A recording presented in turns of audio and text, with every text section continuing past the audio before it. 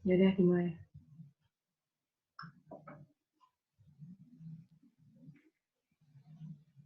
Udah mulai nih? Udah. Assalamualaikum warahmatullahi wabarakatuh. Kami dari kelompok 8 akan membawakan materi tentang metodologi penelitian kualitatif etnografi. Yaitu kami beranggotakan 3 orang, yaitu Farah Ada Sabila, Hanafi Amalia itu saya sendiri, dan Faizal Fatani. Oke, langsung aja masuk ke materi. Apa itu yang dimaksud dengan etnografi? Jadi, etnografi itu berasal dari bahasa Yunani, yaitu etnos yang artinya manusia, dan grafis yang artinya tulisan. Jadi, etnografis itu dapat diartikan sebagai tulisan atau laporan tentang suatu suku bangsa yang ditulis oleh seorang antropolog atas hasil penelitian lapangan. Nah, studi etnografi ini termasuk dalam penelitian kualitatif, penelitian sosial. Menurut Spartley, etnografi adalah sebuah kegiatan struktur yang bertujuan untuk memberikan gambaran mengenai suatu budaya tertentu. Selanjutnya itu ada sejarah etnografi. Dalam perkembangan kesejarahannya, cikal bakal lahirnya etnografi terbagi menjadi 4 masa. Yang pertama, masa etnografi mula-mula akhir abad ke-19. Pada masa ini, fokus etnografi menitik beratkan pada perkembangan evolusi manusia, mulai dari lahirnya manusia hingga perkembangannya saat ini. Yang kedua, masa etnografi modern pada tahun 1915 sampai 1925. Radcliffe, Brown, dan Malinowski menjadi pelapor pada masa ini. Perbedaan dari etnografi pada masa awal, mereka tidak memandang suatu hal yang berhubungan dengan sejarah kebudayaan kelompok masyarakat. Mereka lebih menekankan kehidupan masa kini oleh anggota masyarakat sebagai way of life suatu masyarakat pada masa ini. Etnografi mencoba mendeskripsikan dan membangun struktur sosial budaya masyarakat melalui interpretasi seorang peneliti. Selanjutnya akan dibahas. Yang ketiga, masa baru generasi pertama, etnografi baru generasi pertama atau 1960-an. Etnografi pada masa ini dikembangkan oleh Spartley yang menitik beratkan pada masyarakat mengorganisasikan budaya mereka dalam pikiran, di mana kemudian diimplementasikan dalam kehidupan sosialnya. Yang keempat, masa etnografi baru generasi kedua. Etnografi pada masa ini merupakan hasil sintesis dari pemikiran Spartley pada masa sebelumnya. Dalam pandangan Spartley, etnografi tidak lagi dianggap sebagai metode untuk meneliti budaya luar masyarakat kecil yang terisolasi, tetapi masyarakat sendiri pula yang cukup multikultural. Pada intinya, dari sintesis pemikiran seperti ini berupaya untuk memperhatikan makna dari segala tindakan yang terjadi pada orang lain dan ingin memahaminya melalui analisa kebudayaan. Selanjutnya akan dibahas oleh Farah Ada.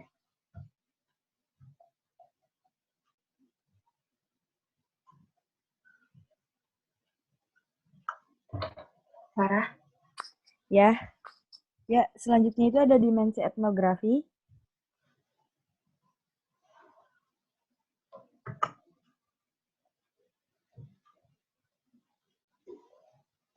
Nah, di sini dimensi etnografi itu ada 3. Yang pertama, adanya keterlibatan dan partisipasi terhadap topik yang diteliti.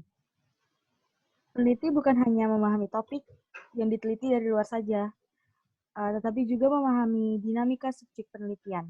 Perspektif yang digunakan adalah perspektif emik atau sudut pandang subjek untuk menggambarkan apa yang dipersepsi dan dimaknai oleh subjek penelitian berdasarkan sudut pandangnya. Lalu, yang kedua itu ada perhatian yang mendalam pada pengumpulan data dalam konteks sosial. Proses pengumpulan data yang dilakukan harus dalam konteks sosial yang natural dan alamiah. Hal ini hanya dapat diperoleh jika peneliti mengenal subjek penelitian dengan baik, memiliki kepercayaan dari subjek penelitian dengan baik, dan juga jarak personal yang cukup untuk dapat menghasilkan data yang akurat dan reliable. Yang ketiga itu ada sensitivitas terhadap bagaimana subjek direpresentasikan melalui hasil riset dalam bentuk teks. Di sini fungsinya penelitian hanyalah untuk memotret dan menyajikan hasil temuan kepada masyarakat luas. Data yang diperoleh di lapangan sifatnya masih berbentuk data visual dan auditorik. Misalnya itu kayak hasil wawancara, observasi, fokus grup, dan data dokumentasi lainnya. Lalu selanjutnya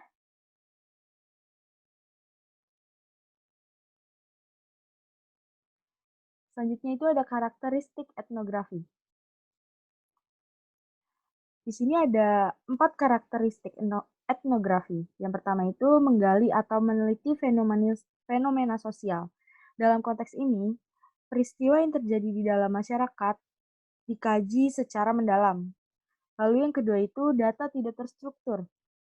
Sebagai penelitian sosial dengan objek masyarakat tertentu, data yang bersumber dari masyarakat tidak dapat diukur kepastiannya, dikarenakan data tersebut sebagai data empiris yang cenderung berbeda dalam persepsi antar personal dan kelompok sosial. Yang ketiga itu kasus atau sampel sedikit. Pendekatan yang digunakan dalam penelitian etnografi menggunakan pendekatan induktif. Artinya, kesimpulan yang didapat berdasarkan dari yang khusus menjadi umum. Lalu yang keempat, dilakukan analisis data dan interpretasi data tentang arti dari tindakan manusia atau human action.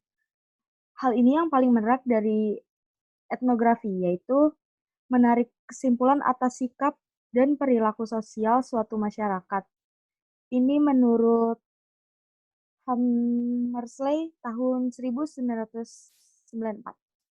Yang selanjutnya akan dibacakan oleh Faizal Fatoni. Oke, selanjutnya adalah jenis etnografi.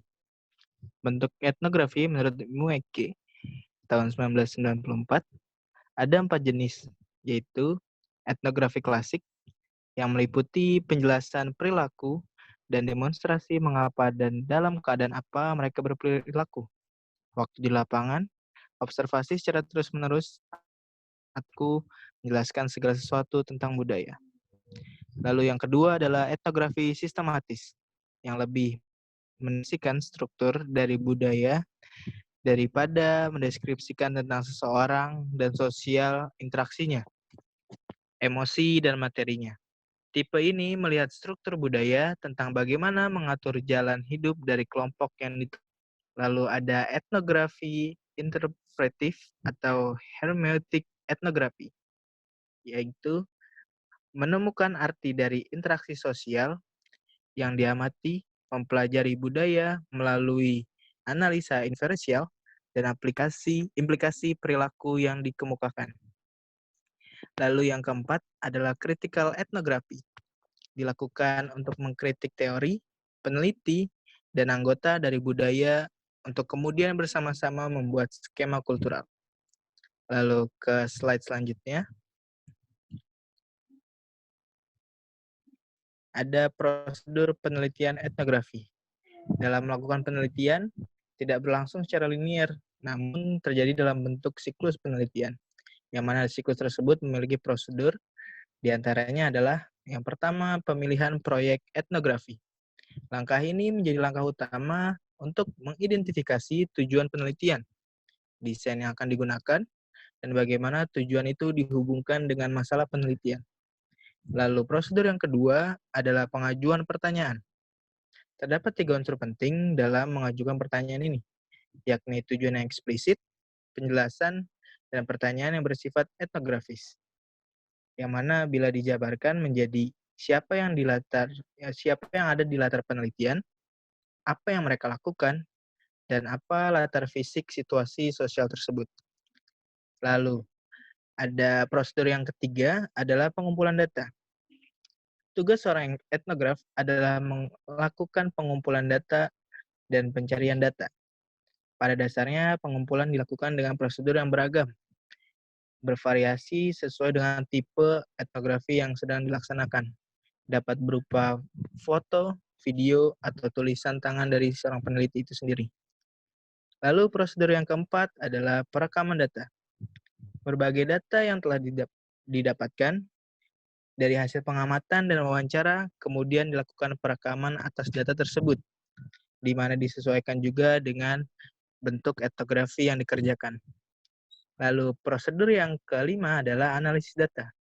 Dalam melakukan analisis ini, ada tahapan yang harus dilakukan, yang mana melalui 4 bentuk, yakni analisis domain yang digunakan untuk memperoleh gambaran umum atau pengertian menyeluruh tentang objek penelitian.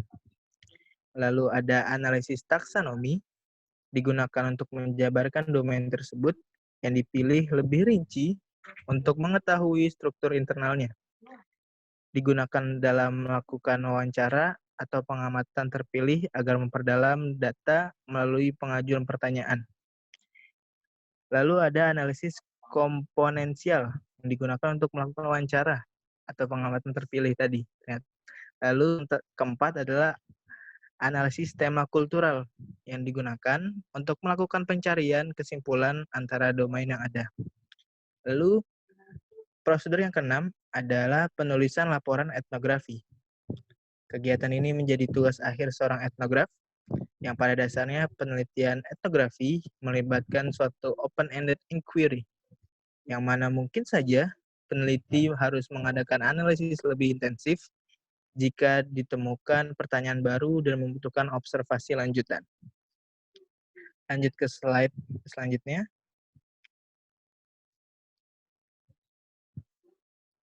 Dan terakhir ini adalah simpulan. Jadi etnografi merupakan cabang antropologi yang digunakan untuk menggambarkan, menjelaskan, dan menganalisis unsur suatu kebudayaan atau bangsa. Dan bahwa tolak ukur etnografi menitik beratkan pada aspek kebudayaan yang melekat pada suatu sistem kemasyarakatan, termasuk dalam konteks yang paling besar adalah kebudayaan yang melekat pada suatu bangsa. Baik, sekian presentasi dari kelompok kami. Kurang lebihnya mohon maaf. Dan bila ada kata-kata yang salah juga tolong dimaafkan dan dibukakan pintu maaf sebesar-besarnya. Wabillahi taufik wal hidayah. Wassalamualaikum warahmatullahi wabarakatuh.